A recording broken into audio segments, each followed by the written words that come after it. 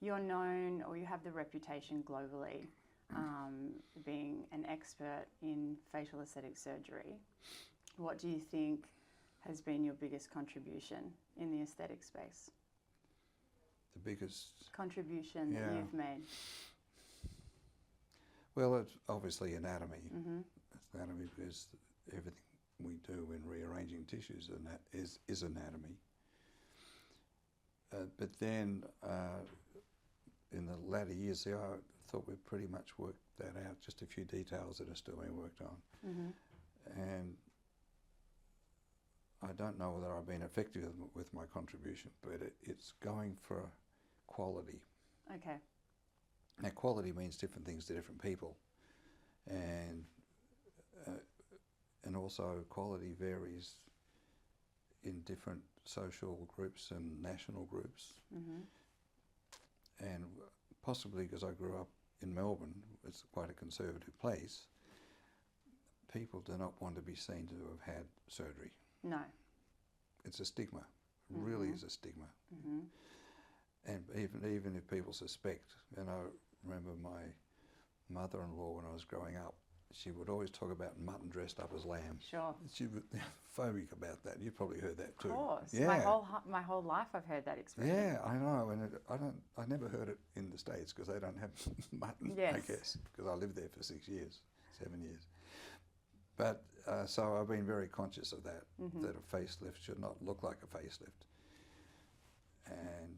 But that's if it's it gives satisfaction to people if people will say, "Oh, you're looking well," Mm-hmm. and they can look in the mirror and don't see the signs of aging, but or the signs of surgery. So it's really a lovely challenge to have. Mm-hmm. Well, that's the whole thing is that you have been in this industry for so many years, and have really led the way in facial aesthetic surgery. But we are in 2023, and there's still such a stigma around people knowing that you've had plastic surgery. Why do you think that is? A stigma in our community. Yes. Yeah. I think we like authentic. Aussies Mm-hmm. like to be down to earth and authentic, and if anyone's putting on pretense, it's not really respected, and we categorise people. And if people try too hard to be dressed perfectly, Mm-hmm. often it means they're just not connected with others. You know what I'm talking about? Absolutely. Yeah. So Absolutely. So it's not just in surgery. It's in the way you do things. Mm-hmm. Yeah. And I see a fancy car coming down like a Rolls Royce or a Lamborghini, and it's got the perfect number plate with it, and you think, oh, phony. So that's an Aussie thing. It is an Aussie thing. Yeah. Yeah. But Canadians tend to be like that. Very so similar. that's why we connect probably better with Canadians than any other group. Mm-hmm. Yeah. So in terms of your career, what was the inspiration for you to be so invested in the anatomical considerations of facial plastic surgery? Well, I think we're a product of the time, Mm-hmm. and when I wanted to do plastic surgery from when I was young. Two reasons. One is that I had plastic surgery on myself when I was probably 10 or so, because Okay. I'd had scars on my face from a pretty major bicycle accident. Mm-hmm. So I was taken to the plastic surgeon, Sir Benjamin Rank. It was like traditional, and I had surgery at the hospital, and the nurses fussed over me, and I had never had that before, and I quite enjoyed that fuss. And then the other thing, the surgeon also went past where we lived, and he drove a Bentley, and there was the only Bentley that you would ever see in that area. But yeah, that would have And really this stood Bentley out. gliding past, and that was my surgeon going off, Oh. Sir Benjamin Rank. Wow. And so I was really, as a young boy, you're impressed by things like Sure. that. And my father was a GP, very hard-working, but Mm-hmm. and he would have liked to have been a surgeon. So all of these things led me into surgery, and always thinking plastic surgery. Mm-hmm. And then this is boys talking here. Okay. Then my father, because he loved medicine so much, I was going to be a doctor, there's no question. Sure. And he would bring home books from the annual sale of the medical bookstore. Mm-hmm. And one was called Dr. Pygmalion, about a New York plastic surgeon. Oh, wow. And he gave the story of his background, that he grew up on the Lower East Side, immigrant family. He worked hard, and then he went to Europe to do what we call a fellowship, and he really enjoyed that. And you're going to laugh at this. He had an affair with a Contessa. Oh, wow. And when you're a humble kid growing up in Australia, to think you could actually have a relationship with a Contessa, I thought maybe that opens doors. This is being very honest. This is a very interesting book. It is. And then he talked about when he came back to New York, and he, instead of being on the Lower East Side, he ended up Fifth Avenue. Amazing. With a penthouse apartment. What a beautiful place to be. A butler and a maid, you know that. Ah. So I thought, well, if you're going to work hard, Sure. yeah, could still be a doctor. And he had a good heart as well, looking after his patients. So he's charitable.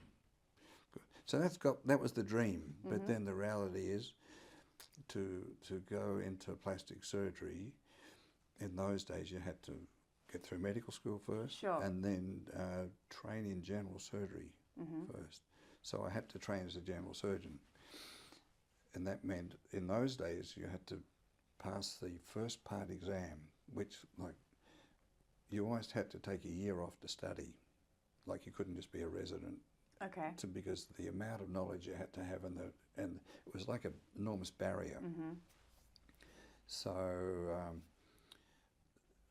I got into anatomy there. Mm-hmm. Didn't truly love it, but mm-hmm. got into it. And we had a wonderful professor, Professor Graham Schofield. He was young, because this was at Monash University. Mm-hmm. It was only the third year, so it was a new university. Sure. Against the established university, University of Melbourne. And they were young professors, and they had a vision, they had to teach. And so we used to learn with tutorials, not just dissection. Mm-hmm. Ours are dissection, but tutorials.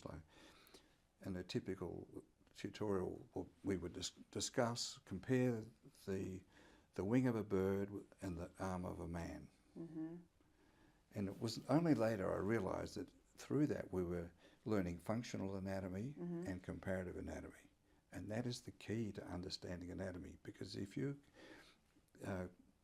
put a doctor, even someone trained to be surgeon, even with a cadaver, they could dissect for hours and hours and hours, but still not make sense of it. Mm-hmm. But if you have that background, then you can start to understand anatomy, the difference between understanding and learning. Mm-hmm. Because understand, you can apply it. So anyway, that general surgery was so important. And you did that here in Melbourne? No, I went to the States. So you did. So at what point in your education did you decide to endeavour a fellowship in the United States? Yeah, so, well, I got into the training program mm-hmm. at the Mayo Clinic, not realising you're there meant to be for 4 years. Mm-hmm. And I was thinking I'd be there for 2 years, general surgery, then go into plastics.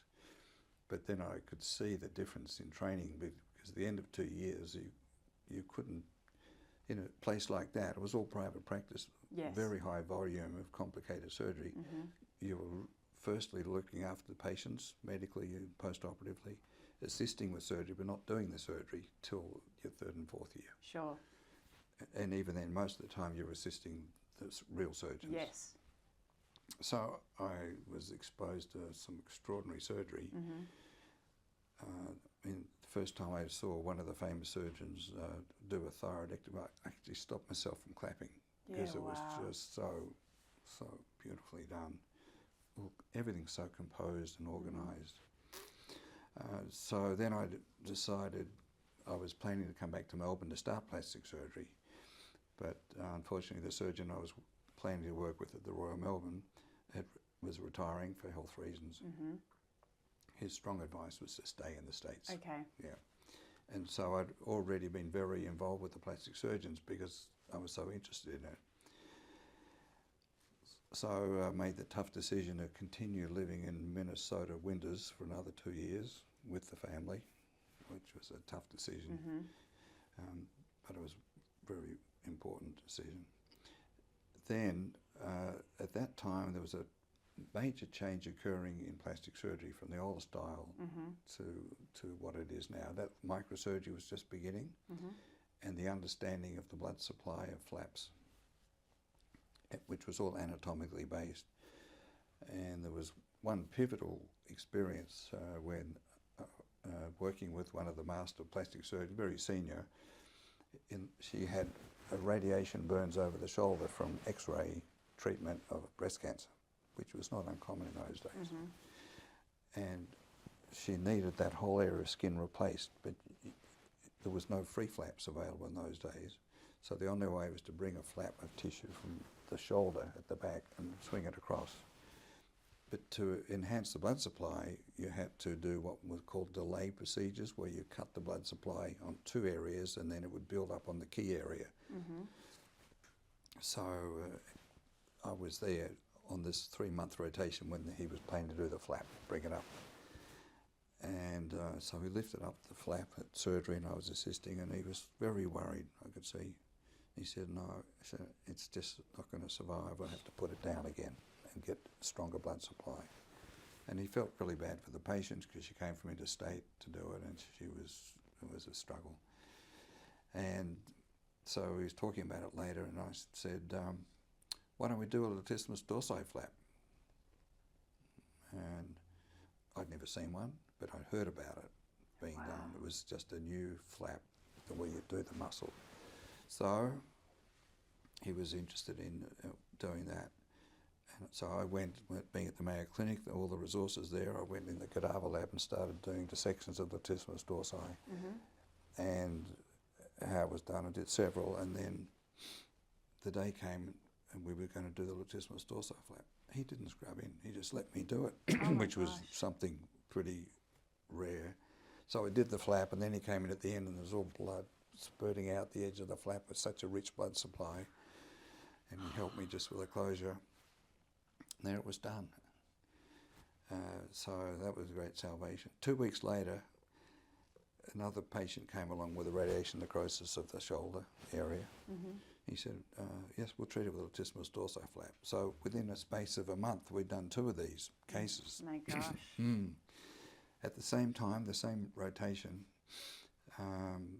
the head of orthopaedics brought us to see one of his difficult patients who'd had chronic osteomyelitis of the upper end of the tibia, the bone here. And they tried everything. And I'd been into muscle flaps now.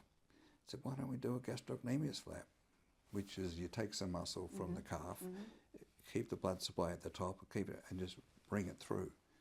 So again, I did this operation, and he came in at the end. We were just putting a little skin graft over the top, and that led to all of these referrals from the orthopaedic department, chronic problems being solved with plastic surgery, which the plastic surgery has always been about solving problems.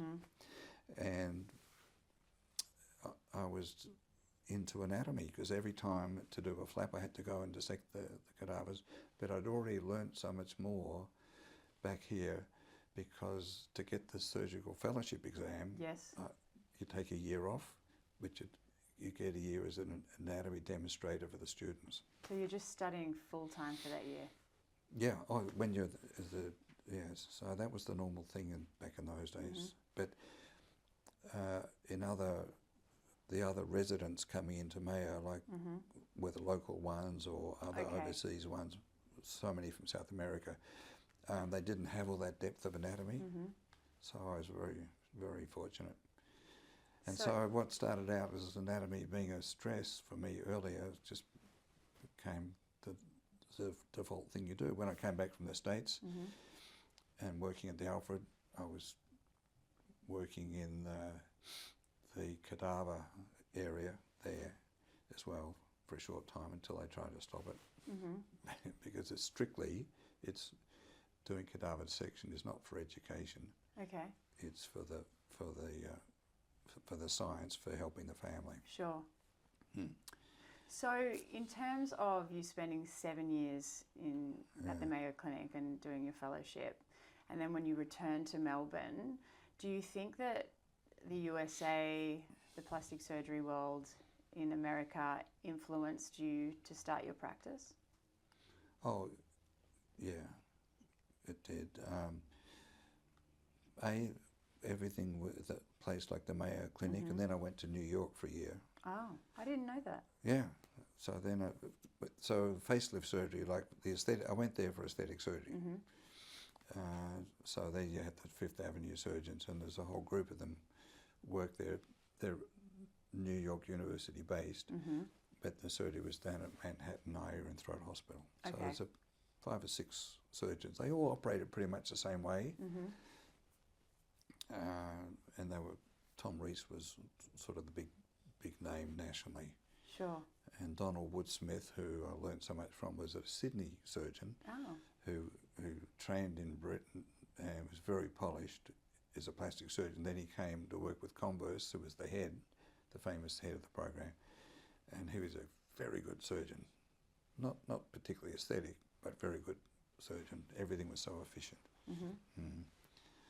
So, but then I got to visit other surgeons, and you go to their private practices and you see the way they look after patients. I was just recently in New York, and I was attending and shadowing in a clinic on Fifth Avenue. And even just walking around Fifth Avenue and Manhattan, there's many different plastic surgeons there. Oh, there's so many. So many. Oh, yes. They get patients from around the world. Yes. See? So if you're a well-to-do person, you're going to go, well, used to be you might go to Patangi in Brazil. Okay. But then New York, Los Angeles, Paris or London, they were the big centres. Yeah. So you spent a year there in New York? Yeah. But I wasn't continuing to learn enough. It was more repetition, and you get to a point you have to start doing it yourself. Sure. And so you returned to Australia. Yeah. And from returning to Australia, how soon did you start your practice here? Private practice? Straight away. So I had to start out by assisting one of my friends who was a hand surgeon, but he trained at the Mayo, and then doing some GP locums. Oh, really? Yeah. Oh, wow. On weekends. And then the usual way you start a practice, if you don't know someone, you go to the outer suburb area. Okay. Used to, because like the big names are all in Collins Street in the city. Sure. So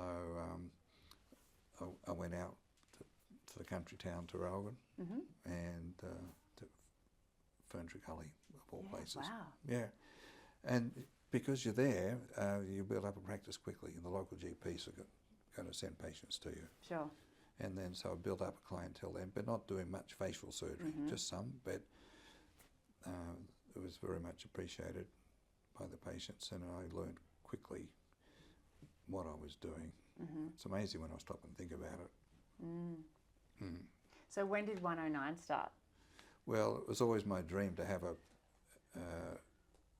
office. So I was 5 years afterward, I finally found a place to have it, and then designed the office the way I'd seen in the Mayo and in the top places, particularly there's one surgeon, John Williams in Beverly Hills, who was very kind, and he gave me the plans of his operating theatre. He was one of the first to have day surgery in the States, because he'd trained in anaesthesia as well.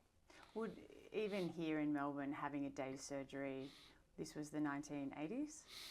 Yeah. Yeah, it would have been very new. Oh, it wasn't the done thing. No. No. In fact, I approached the Department of Health for guidelines, and they didn't have any guidelines for day surgery. They said, you'll have to fit in with the private hospitals group, which turned out to not be a good decision, I don't think, from them, but it just reflected the times. Sure. So 109 began, and you quickly got a reputation in Melbourne and Australia for aesthetic surgery, which would have been very new. Yeah, there's only a few surgeons specialised in aesthetic surgery And by and large, it was like a bit of a bad blood almost. People thought you're betraying the specialty. In terms of reconstructive surgery? Yeah, like the establishment. And I can understand that, but because one or two of the early practitioners were, I think, more into it for the life quality and the money. Okay. But I quickly learned that that the satisfaction you get from it is from patients. Sure. What you do for patients. And that's the lesson I'm wanting to give to younger surgeons. Nothing can give you the same satisfaction. So to the point that I don't envy people who made a lot of money in business or in property, developers, whatever, because they don't have patients coming back all the time saying, "You've changed my life." It is just so, that's what is said. Yeah. In terms of facial aesthetic surgery, can you talk to me about what the difference between a facelift and a good facelift? Well, a good facelift, is not truly detectable. I mean, you will notice a change from the before and after, but it's still the same person. But also it lasts. And one of the really important things is for the public to learn, a quickie facelift is going to be quick because the structural work hasn't been done. So it's not going to last as long. But the objective of facelift is not just to turn the clock back, but to turn the clock back so that you're aging the same as you were when you were at that younger age. Because aging is not linear. You don't age a certain amount each year. It's exponential. As patients notice, so often patients come in and say, "You know, in the last 6 months I've aged 2 years around here." So what it is there is laxity developing. So when I see a patient, you can feel the laxity, but it's still not overt, it's not apparent. That's the time to be operating. Okay. So usually that's around the age of 45 to 55 for a first facelift.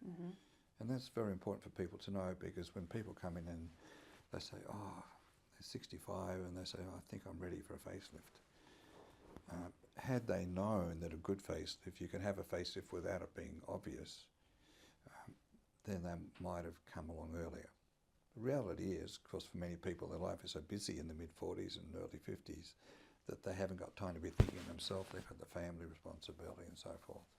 I remember my first day working for you. My first patient that I ever cared for was having a facelift, and she was 42. And I remember making a comment to you and saying, "Oh my gosh, this is very young." Can you explain why that would be the perfect age, or around the perfect age for a facelift? Well, there's an individual variation, so that certain things predispose to people aging at younger. The major one is weight loss. Okay. If someone's been overweight and lost weight, back to how they would be, there's going to be premature laxity, so you'll be understanding why. And sometimes people have multiple pregnancies also. They're the main reasons. The other one is a patient's bone structure. Good bone structure slows down aging because it's the framework on which the tissues are attached. But if people age prematurely, then as a surgeon, you look at why they're aging prematurely, and it's usually because the jaw is not big enough, so they're aging in the neck early, or the cheekbone structure, or even the forehead structure. But that's part of the satisfaction, is then when you operate, you correct that deficiency, so that so you're going to bring it from under normal to normal, so it's not obvious to people anything's been done, but the person will look not only fresher again, but subtly more attractive. So when you're defining beauty, and often as a society we're looking to Hollywood, and the most famous actresses for their beauty, in terms of many years ago, Sophia Loren or Raquel Welch, or any of the Angelina Jolie. is it their bone structure that makes them beautiful? Large, particularly Sophia Loren. Okay. She had extraordinary cheekbones and she just looked phenomenal and aged so well there. Angelina Jolie, women love Angelina Jolie. So much. I don't know quite why. Really? Because she had her father's lips, remember? Very much Johnny so. Voight. John Voight. So that was nice. She had them before fillers were around, so there was quite a feature. She probably helped the fillers industry, if anything. But I have her photos on my desk to show patients because, A, she does not have good bone structure in the temple. Right. Very poor. So she has to have it lifted and it doesn't look right because it's obvious to people. And the other thing about her is that her face is not symmetrical. Now that brings up a whole issue, and it'd be nice to reassure people through you that not to get focused on asymmetry because everyone's asymmetrical. It is one of the most common things I hear in a consultation is asymmetry. Exactly. So people notice it on themselves, but they don't notice it on other people. So if you look at the newsreaders on television, for example, when you can focus without being caught out looking at someone, there's a difference, and you're always looking at their strong side. So we have a stronger side and a weaker side. Even a fetus has a difference on the two sides. Isn't that incredible? We're just born to be asymmetrical. And people say, well, why are you asymmetrical? And then you think, well, why isn't the heart in the middle? If we were meant to be symmetrical, you know, we know the heart's to one side. Now, some people have the heart on the other side, but that's still okay. But it's just medically different. So most people are dominant on their right side, but some people on the other side.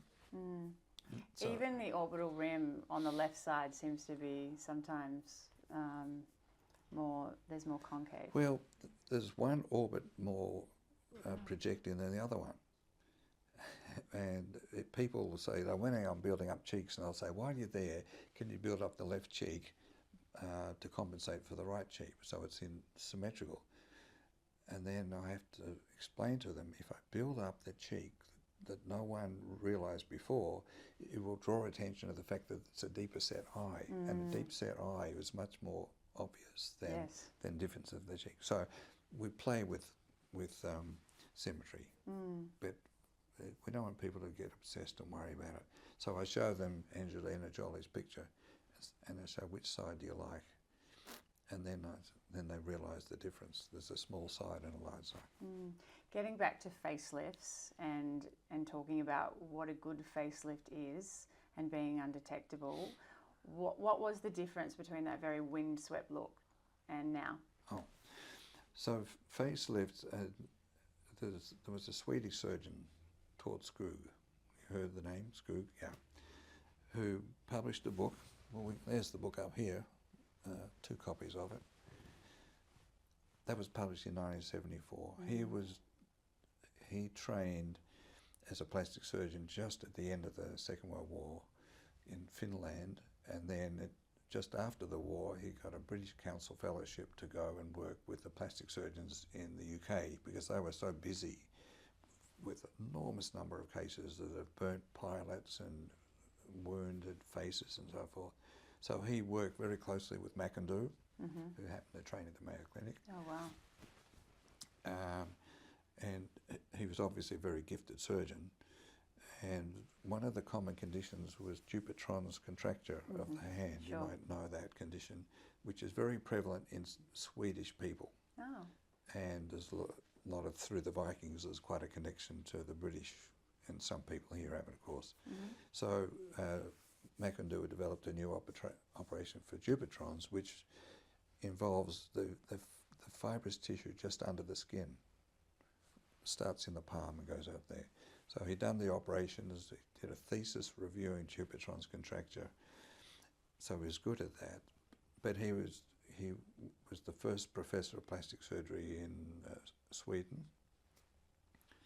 and one of the first in Europe. This was in the 50s when he went back. And somehow he developed his own operation for breast reduction, for cleft lip and palate, everything. He was so inventive, and so many surgeons would do a fellowship with him. Sure. Then if he was still going when I was younger, I would have naturally gone there, as so many others. But we trained with surgeons who trained with Skoog. Sure. And learned that. But Skoog was doing facelifts later on, particularly in the late 60s. And so the people who were there with him saw something that they wouldn't have seen anywhere else, operating deeper in the face. Yeah, now, the reason for not operating deeper in the face is the facial nerve branches are right there. And if you damage a facial nerve branch, that's career ending. So everyone... And why would that be, just for our listeners? Well, because this moves the muscles. So if the lip drops, occasionally you see a news reader on TV with a weak lower lip, you know, that had a facelift. Sure. Yeah. It's not inevitable, but it's just one of the things that surgeons are watching out for. But anyway, Skoog figured out a way to do it, operating deeper in the face, and then it's like a sandwich. You have the layers all still together, and so you can pull the upper part of the sandwich. It's not a great analogy, but you've got a thicker tissue. So rather than pulling the thin elastic skin, you're pulling the support layer, and then the skin doesn't have to be stretched to be replaced. And what happens if the skin is stretched? Well, it thins and it looks too tight and shiny, and you get the windswept look.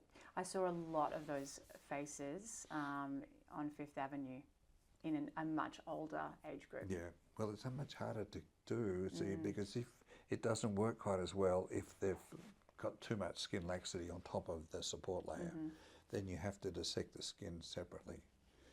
But anyway, the surgery started out dissecting only the skin. Sure. When I saw that, when I was training I did a rotation in plastic surgery when I was in general surgery at Mayo, and I saw that operating just on the skin, and I thought, I can't spend my time doing something like that. It's just wrong. But I didn't know the answer, except I'd already got Skoog's book, and I knew there was something else. Okay. So he never published any articles. Normally things are published in journal articles, but he was saving it all up for this book. Yeah, wow. So it's quite a collectible thing.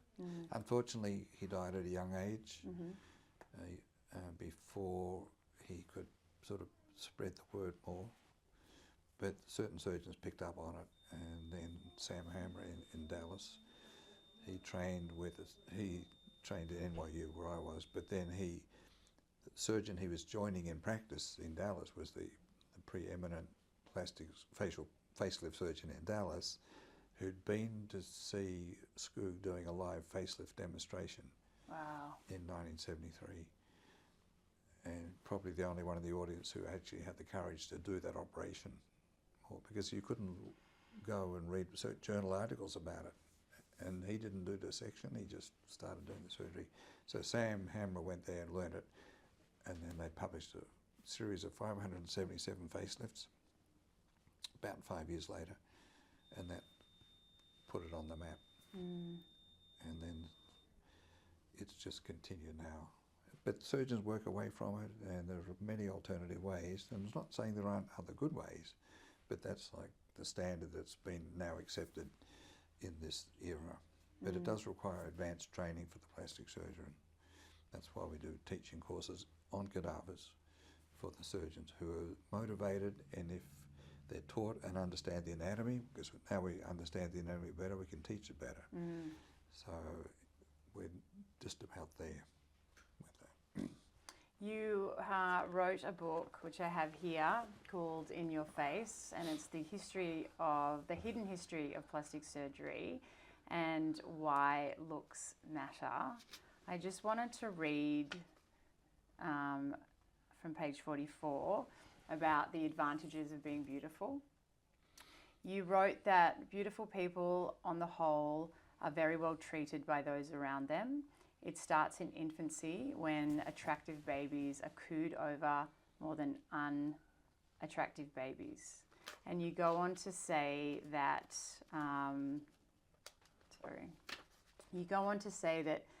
beauty is a source of delight, and it's quite clear that people with attractive or beautiful faces may have a head start in most aspects of their life. Can you talk about that? The advantages? Yeah, well, it's very significant. But one of the other thing about babies, that babies prefer attractive people. Oh. That even little children are drawn to attractive. In other words, it's biologically built into us, attraction.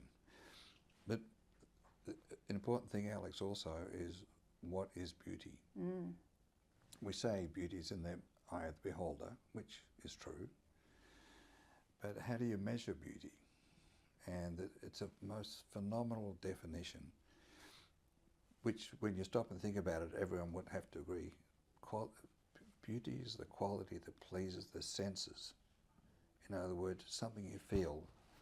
And I'm sure you've had that experience if you look at someone who's just strikes you, and then you don't want to embarrass them, so you try not to look at, and you find yourself looking again, and you're caught out, and because you can't help being drawn to a beauty. My 17-year-old introduced me to his girlfriend a couple of days ago, and I had seen a photograph of her before I met with her, but when I met her, she's so pretty, and I was just, almost taken aback. Yeah, it's breathtaking. Yeah. It is just a sheer delight to see.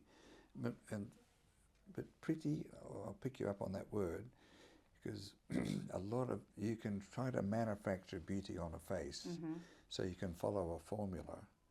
And you see this like when you go to Los Angeles, you go to a bar and everyone's got the same nose and the same breasts and the same powder lip. But you can't say they're beautiful. No. They're pretty, they're attractive, they draw attention, but it doesn't have that same thing. So often beauty is innocent, like a 17-year-old girl. Absolutely. Yeah, I went to a Halloween party last year for a modelling agency in LA, and very similar. Same bodies, same noses, same lips. But as you say, it's not often described as beautiful. What would your description of beauty be? Purely, people, a lot of scientifically based surgeons and people in the industry, as you know, filler industry, trying to define the parameters, measurements and proportions. Golden ratio. Yeah, Exactly. the golden ratio, which has been from time eternal. But the fact is, most really beautiful actresses have broken the rule, which is interesting. So it's a very individual thing. And like the formulas for eyebrows, it's all superficial, but it's the shape, not just the measurement. It's not a two-dimensional thing, it's a three-dimensional thing. I think that's the difference there. But you talked about the advantages of beauty. Yes. And they actually, sorry to interrupt you, Brian, they call it pretty privilege. It's often talked about with, on TikTok, with the TikTok generation, about... Well, let's say TikTok generation is pretty, not beautiful. Okay. Just, you look at them, you know straight away. They're trying to draw attention to themselves. They're showing off. And it's another aspect of appearance that can be used, the Joker, whatever. You can get a lot of effects. But when you talk about real beauty, it's just, looking at children, looking at a mother loving a child, it's so beautiful, it's touching, You're affected by it, and we love it. Everyone feels the same. But there is an advantage for a woman in particular to be born beautiful. She gets it during childhood already. Girls dress up and she looks the more beautiful, and she feels it in herself. Often then beautiful girls are more poised because they don't have to try. It's just there because they're treated so well. But when aging comes in, it can be very hard for them because they're losing that natural advantage that they've always had and haven't developed the other skills necessary in coping. So I feel for beautiful people in that way. In your experience of meeting so many different women in particular in a consultation process, do you think that it's a reality that people become invisible as they age? For sure. For sure. when you go along Toorak village here in our suburb, and I've seen so many people deteriorate into an older person, the men as well as women, losing their appearance. And that's why I've mentioned that photograph of the oldest patient. It's so special. I learnt, see, from her, because women want to be desirable. They do. I think a patient expressed it in what she wanted, and I realised to be noticed, to be desirable, it's a gift of being born beautiful, but being born a woman usually. Now, not every woman needs that, but it's just, when you're used to it, to lose it, it's very hard. And then studies have shown that relative incomes of people according to their appearance, and it pays as well. But what's interesting to me, and I asked you that question earlier, how many women are in this? I'm fascinated that there aren't more female plastic surgeons doing facial surgery, because growing up applying makeup and knowing the differences of the shade and giving the illusion, it's so empowering to correct the illusion with makeup. But that reflects for the surgery, it's telling the surgeon how to do things, creating that 3 dimension. But there's a very significant book by a female plastic surgeon written in 1926. Oh my goodness. Imagine that. Wow. And Madame Noël in Paris. And her story, the name of the book tells it. Chirurgie esthétique, that's aesthetic surgery. Son rôle social, its social role. And well, this is 80 years ago or more that she was writing about this. And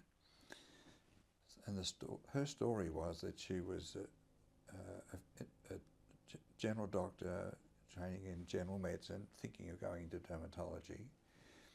And then the First World War came, and she was involved with assisting the surgeons with reconstruction. And so she started getting confidence, not formally trained as a surgeon, but with surgical skills.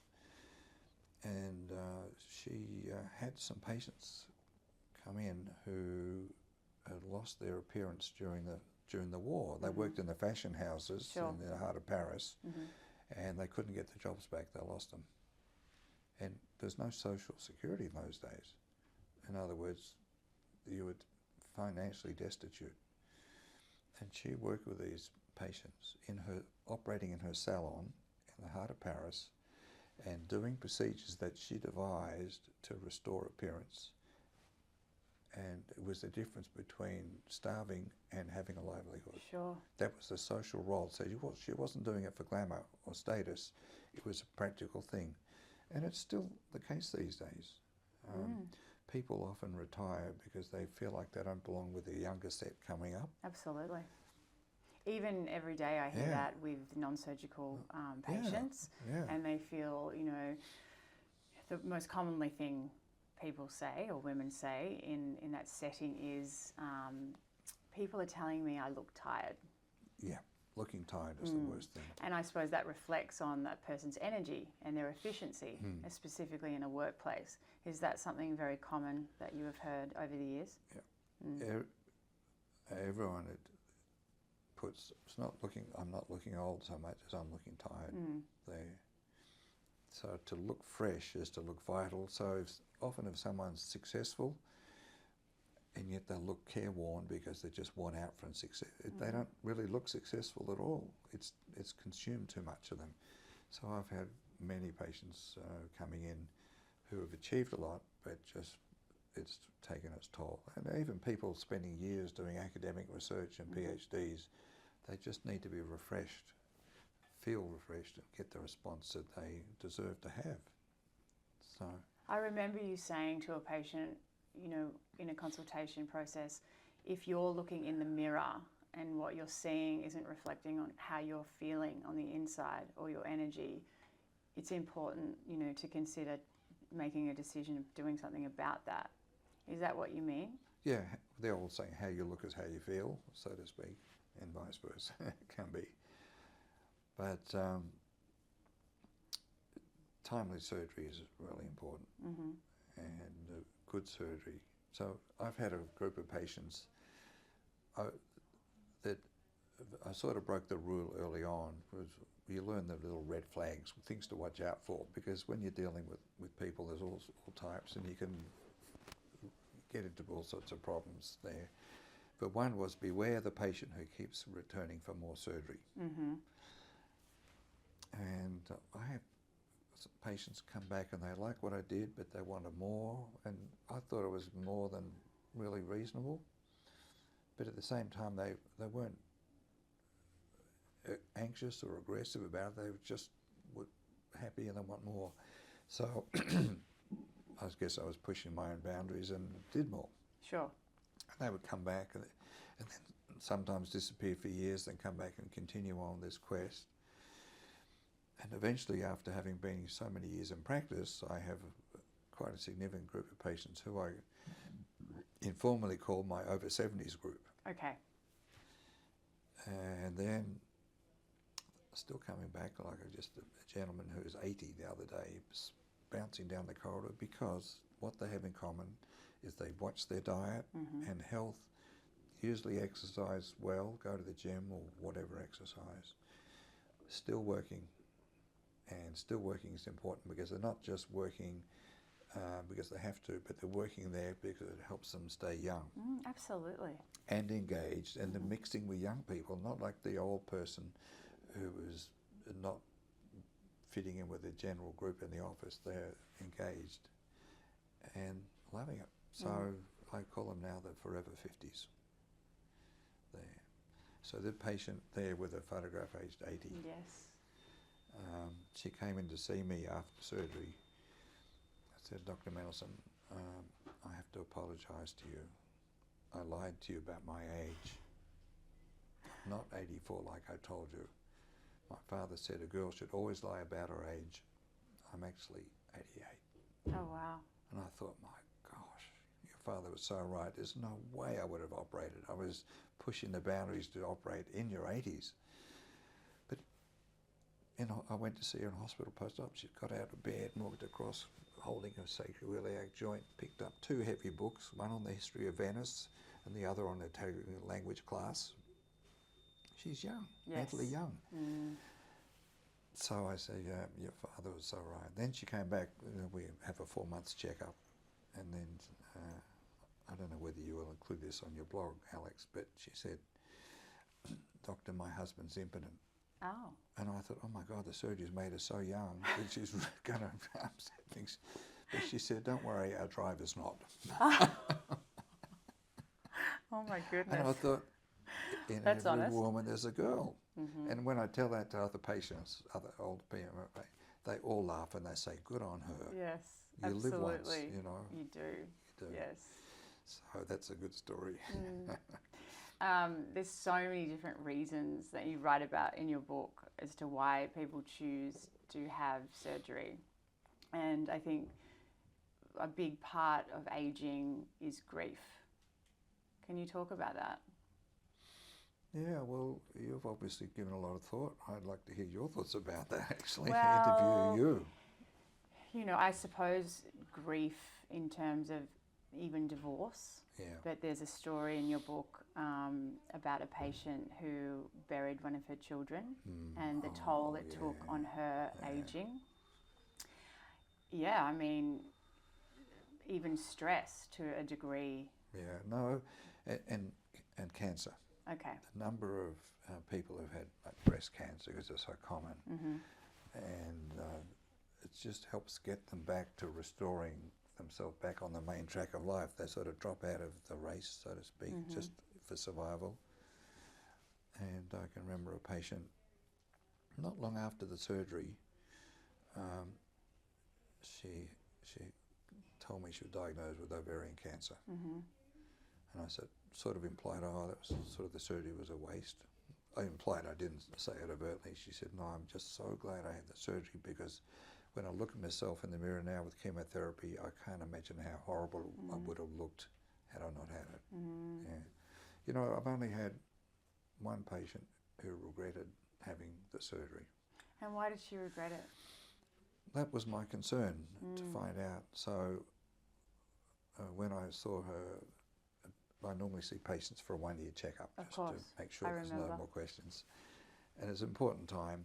And she apologised for not showing appreciation for the surgery, but she said it was just a difficult time, and she had the facelift just 3 months after her husband died.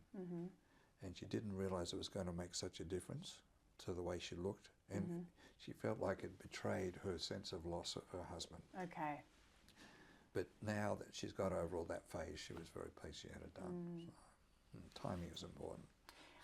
Working for you was following a patient's journey for a 12-month period, and often longer, as you've spoken about. And, you know, I spent a lot of time post-operatively with these patients as well, you know, caring for them and taking their photographs, and you listen to their stories, and often they've had a wonderful result, and a common thread was that their sister stopped talking to them, or their friends were jealous, or it was almost a case of, you know, no one really wants you to look better than them. Yeah. Is that a common thing that you've seen over the years? Oh, I can remember your early experiences are most vivid. And I can remember a woman in her, you know, probably late 60s, looking pretty bad, but she enjoyed the bridge club. Okay. She was the oldest one in the bridge group, but it was a regular thing. And she said after she had the facelift, there was so much resentment by the younger ones who could be having surgery that she felt very uncomfortable as a result. She just didn't anticipate that. But funny, there's so many stories, because every patient has a story, you know. But this was a lady doctor who had a facelift, and she had been quite overweight, and then she had to lose the weight for the facelift, because you don't want to lose weight after a facelift because you're going to lose some of the tightness. So always try to get them to lose the weight. And then she said after the surgery there was all this jealousy, and the people said, well, how did you do that? She said, well, exercise. And she almost laughed. She said all her friends are running themselves red in the face, jogging around the oval. But she didn't have the honesty to tell them. Now, that's another thing. Who do you tell? Exactly. Who do you tell? Yeah. So people will often tell a trusted, genuine friend, because they would like to share the good news, and so that maybe they could influence their friend to have the same benefit. Husbands can be very difficult. Even husbands are very difficult in the non-surgical arena also. I mean, her patient yesterday, I often ask that, does your husband know you're here? Because probably 80% say no, and some husbands are great about it, but a percentage are also very concerned that they will just look so different. Yeah, because that's part of the reason I wrote the book. Not that the husbands are going to read it, but because the media doesn't accurately portray the story. So that's why a blog like this hopefully will help people get information that we all know behind closed doors, but they don't know. And being interviewed by the media over the years, the interviewer's usually young and attractive, and everything's going their way so far, not realising life is going to change, and they write with their own prejudices again about it. Yes. So it's hard for people to get good information. I feel like, you know, in terms of the husbands being concerned about their wife or partner having aesthetic treatment, perhaps it's from a place of fear where they think, oh, what if she looks so much better? Maybe another man will approach her, or she may leave. Yeah, well, that's right. Often, so I asked the patient, who are you doing this for your husband? Which is another story as well. To hold a marriage together, or are you doing it for yourself? Because it has to be for the person himself. But I ask about the husband, and the best time is to do it when the husband's away. Because the patient after surgery, they don't want to say they're tired or sore or anything, because the husband implication will be, what's your fault because you wanted to have the surgery. Sure, so they don't get much sympathy. I wanted the money for a new boat and you're spending it on your appearance. Yeah. Yeah. So it's one thing that is not easily addressed, but everyone has the same issue there. For sure. But then sometimes when patients come in like that, I tell them about some other husband stories. Sometimes the patient will be lying down on the couch being examined and says, "Doc, while you're there, can you fix that wrinkle and can you pull it tighter?" They don't want to miss out. And so it's like the cattle being examined on the market. So why do looks matter? Yeah, well, you're getting back to the question. Yeah. We don't have a one sentence answer, I don't think. I'll tell you a quote that I really like. Okay. And this was written by a psychologist in Vienna in the 1930s. That's when Freud and those people were in Vienna. So appearance was obviously, and inner people was important. And he said, a small change in facial proportion changes our perception of a person's, what word am I going to say? A person's personality. Wow. Your personality shows on your face, and even if you're a little bit tired, it shows. A small change in proportion. I think that tells so much. Yeah, and that's why, like a little bit of makeup can make such a difference. It's an extremely effective way to look better. Yeah. And why it's such a massive industry for women. In recent times, I've been having patients from other countries that have never used to come to Australia. Oh, really? Recently, I had a patient from Peru, the Amazonian part of Peru, in the jungle, the village life of the jungle. She said her husband was a policeman and he'd been killed, which is common there apparently. But she said the women would rather put money into their appearance than food on the table. Wow. It was that fundamental to them. So I don't know that that's all from media marketing and so forth, or whether it's just instinctive, being a woman. And cultural. Yeah, and cultural. That's sort of right next door to Brazil, so it's a similar culture there. In terms of the most common cosmetic procedures currently, which would be neuromodulators and dermal fillers, how do you feel? Do you feel like your contribution to anatomy has helped with the development of this non-surgical industry? I'd hate to think that I've helped something that I don't really strongly believe in, but there's no question, a small amount of filler can make a wonderful difference, but it's just not a long-term solution. No. No, and I've had so many patients 5 and 10 years on, and it just doesn't deliver what it used to, because they tend to get swelling, and we now know that with the MRI studies of Mobe and Masters, that fillers tend to, there's always something there. So one day maybe there'll be something better. Yeah. In terms of your surgery and your facial aesthetic surgery, hydroxyapatite has been a very big part of your work. Can you inform the listeners on what that is and why it was so important to you? Sure. So hydroxyapatite is the name of the mineral the bone is made of. The chemical name is calcium triphosphate. So that's our bone is calcium triphosphate with some protein in it as well. So adding hydroxyapatite was being done a long time ago now, and the source of hydroxyapatite was coral. Now when you think of it, humans have evolved from the first vertebrates, which were fish, which lived in the sea. So there was a common milieu there, and so the bone of coral is really the same as human bone, which is extraordinary. So it was being done used for research on bone to learn more about bone, and then they realised it could be used to replace bone. So it was built to build up areas of efficiency of bone, whether there's an injury or a cleft lip, for example. And so it's been proven that the body accepts it. There's no rejection. It's not like a silicone breast implant, which is always a foreign material and doesn't integrate. The body accepts it.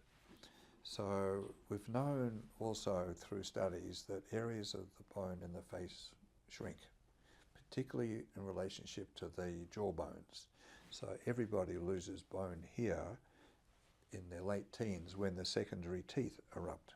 So the bone is bigger in a teenager because the secondary teeth are growing in the bone of the upper and lower jaws, and then when the teeth erupt, the bone starts to shrink. So the cheekbone here doesn't change, the bone here doesn't change, but these softer bones does. So it just makes sense to replace the bone deficiency. If you want the face to look younger, like it when it was more attractive, then you want the bone to be there as the base. So there's a good definition that for fillers and fat, fillers are volumizers, but bone is a definer. And it's the shape of the face, the definition of the shape, which gives it its attraction. So you need both. Yes. There. So then coral is no longer available from the original companies. But fortunately there's now a synthetic version of it. So we don't have the environmental issues of going to the South Pacific Islands. Marlon Brando's island used to be a place they used to get it Marlon from. Brando had an island? Yeah, Wow. apparently, yeah. Really? And other islands. But coral now is under threat anyway. So if they can make it chemically in the laboratory, it's more pure. And when did you start using this in your facial aesthetic surgery? It's been probably the late 90s. So, at the aesthetic meetings, you have visiting surgeons, and we had Steve Bird, BYRD, from Dallas, who is an extremely good craniofacial surgeon. And he talked there, and then often they talk about their interest for an extra talk, and he talked about hydroxyapatite. Showed results. And I started with that. So we were using other implants, like silicone implants, and still are being used. But hydroxyapatite was a new dimension because you could introduce it through a smaller incision. Now, it's not injectable. There is a calcium hydroxyl apatite filler.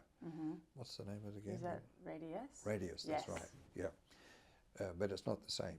Because, to replace hydroxyapatite, it has to be replaced directly on the bone by lifting the periosteum, and then it stays there. So now I've operated on patients I put hydroxyapatite 10 or 15 years ago, but I didn't place it low enough down the maxilla as I've learnt now to do.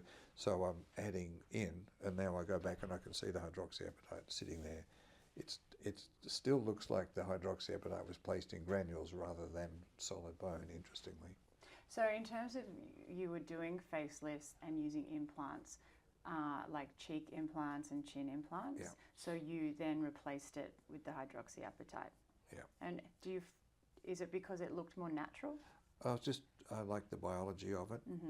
I think I had a bad experience of a patient with a silicone implant, and she had an injection placed next to it and got an infection, and the implant had to come out.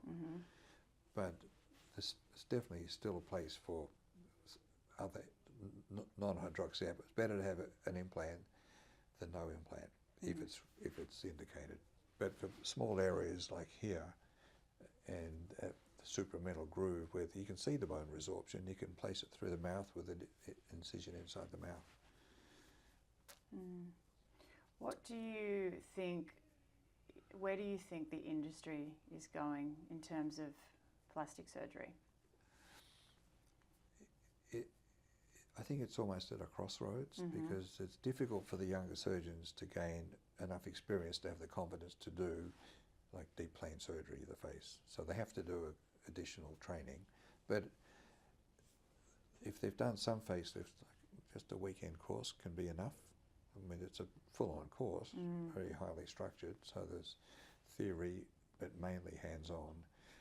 And in these hands-on courses, there's many of them around the world now, but the one we started, the Melbourne Advanced Facial Anatomy course, which we just did the 27th one in Miami, we have a high ratio of faculty to the surgeons attending. So one cadaver head is just for 2 surgeons, and at the other end of the table is 2 surgeons. So, and one demonstrator stays there the whole time for their 4 students. And then the students can observe the demonstration surgery.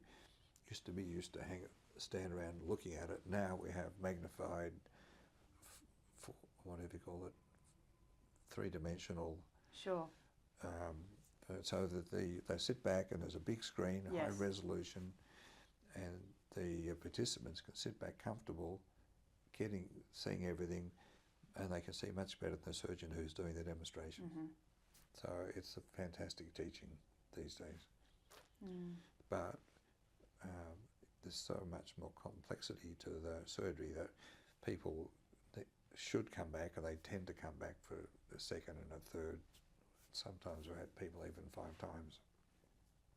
But that's not the rule. If you're doing enough surgery, you learn enough to be able to operate on your patients. And if you do enough surgery, like a couple of facelifts a week, quickly you'll be able to do that.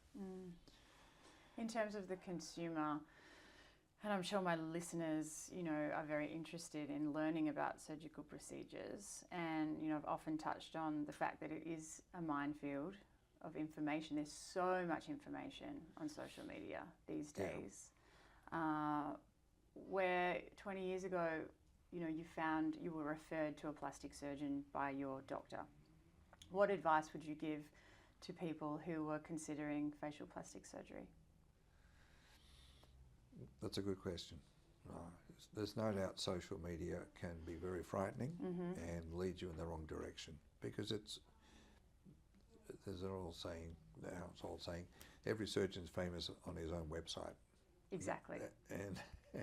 And they'll say what they want for marketing, and even if it's subconscious or not, there's going to be some influence. So if you do know someone who's very happy with their surgery and is willing to talk about it, that's a good start.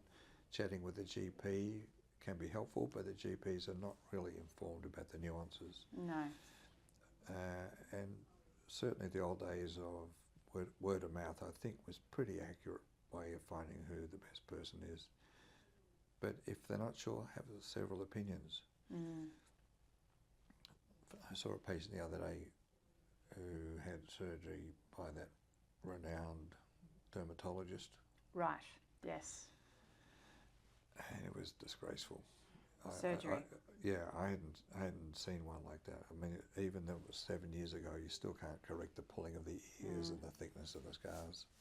So, and I said, how come you went there? And she said, well, years ago he did liposuction for me, and I was very happy, and I went back to him because of that, and despite what I'd heard, and it was like a different person.